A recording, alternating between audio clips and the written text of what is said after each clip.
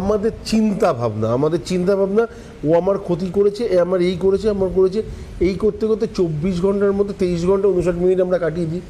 তো এই জায়গা থেকে বেরিয়ে যেদিন ভাববো কে কী করেছে দরকার নেই, আমার জন্য প্রভু যা করার করবে, আমি আমার মতো চলি, আমার রাস্তা সোজা। দেখবেন পৃথিবীতে কোনোদিন কাল লাগেনি বিষয়ে সাপ আপনাকে মারতে পারলো না। যদি এখানে চন্দ্রপোড়া সাপের কথা বলা হতো তাহলে আমি বলতাম যে অবশ্যই একদম হ্যাঁ, তো কোথাও না কোথাও বিষধর সাপ কামড়েছে। কিন্তু যিনি লেখক বা যিনি এই ব্যাপারে আমাদেরকে জানিয়েছেন তারও বুদ্ধি কোথায়, সেই জায়গাটা। রামায়ণ, কালকে আমি গতকালই বলছিলাম যে রামায়ণ আমরা পড়েছি, রামায়ণ আমরা দেখেছি, আমরা সবসময় রামকে শ্রদ্ধার আসনে বসেছি, আজকের ডেটেও বসাই, আগামী দিনেও বসাবো।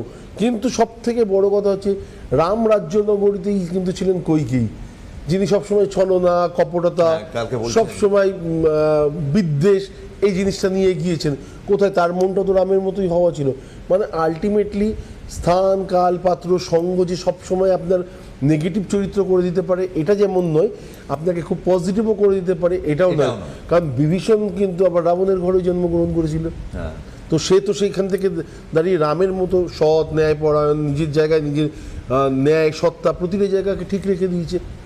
গতকালকে এই ব্যাপারটা নিয়ে আলোচনা করেছি। তো আলটিমেটলি যেটা বলা সেটা হচ্ছে যে ওই মনের মধ্যে যখনই ভয় থাকবে না, অকুত ভয় আমার মৃত্যু সাপের কামড়ে হবে, তখন লক্ষিন্দর হতে হবে।